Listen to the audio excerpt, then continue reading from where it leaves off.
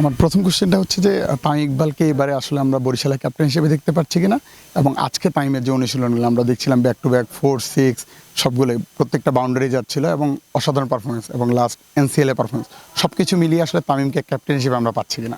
অবশ্যই Tamim is the captain of the Fortune Barishal team, not only captain, he is working like a owner of the Fortune Barishal, so he will be the captain for sure.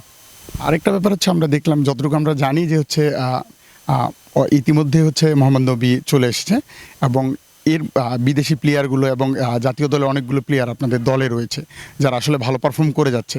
এটা বরিশালের জন্য কতটুকু আশাজনক, এবং একই সাথে বরিশাল এটা নিয়ে কতটুকু কনফিডেন্ট? জি, আমরা অত্যন্ত কনফিডেন্ট যে যেহেতু আমরা ন্যাশনাল টিমের অনেক প্লেয়ারদেরকে পেয়েছি এবং ওয়ার্ল্ডের বেস্ট প্লেয়ারগুলো আমরা আমাদের দল নিতে পেরেছি, স্পেশালি তামিম ভাইয়ের প্রচেষ্টায়। So we are pretty sure that we can, আমরা ভালো খেলা খেলবো। আমরা জানি না জিততে পারবো কি পারবো না, ইটস এ মাঠের খেলা মাঠেই হবে, but we are try our level best to make a good teams. একই সাথে গতবার বরিশালের যারা ভক্ত দর্শক রয়েছে তারা আসলে লঞ্চে বরিশালের যে কাপটা সেটা নিয়ে যাওয়ার যে আকাঙ্ক্ষা ছিল সেটা পূরণ হয়নি। এবার যদি জেতা হয় তাহলে সেক্ষেত্রে নিয়ে যাবো ইনশাল্লাহ, একসাথে দুটো কাপ নিয়ে যাব। এবং আমি অনেকবার তাদের কাছে ক্ষমা প্রার্থনা করেছি, কারণ আমরা গতবার নিয়ে যেতে পারি না, পরিস্থিতিটা ছিল না, আমার পক্ষে ছিল না পরিস্থিতি।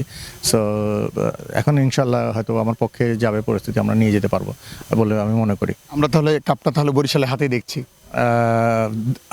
দোয়া করেন যেন আমরা ভালো খেলতে পারি এবং বরিশাল যেন চ্যাম্পিয়ন আবার হতে পারে, সেক্ষেত্রে দুটো কাপ নিয়ে যেন যেতে পারি, এই জন্য আপনাদের কাছে দোয়া চাচ্ছি এবং বরিশালবাসীর কাছে, বাংলাদেশের সকল দর্শকদের কাছে দোয়া চাচ্ছি। ধন্যবাদ। আসসালামু আলাইকুম। Thank you so much. আসসালামু আলাইকুম।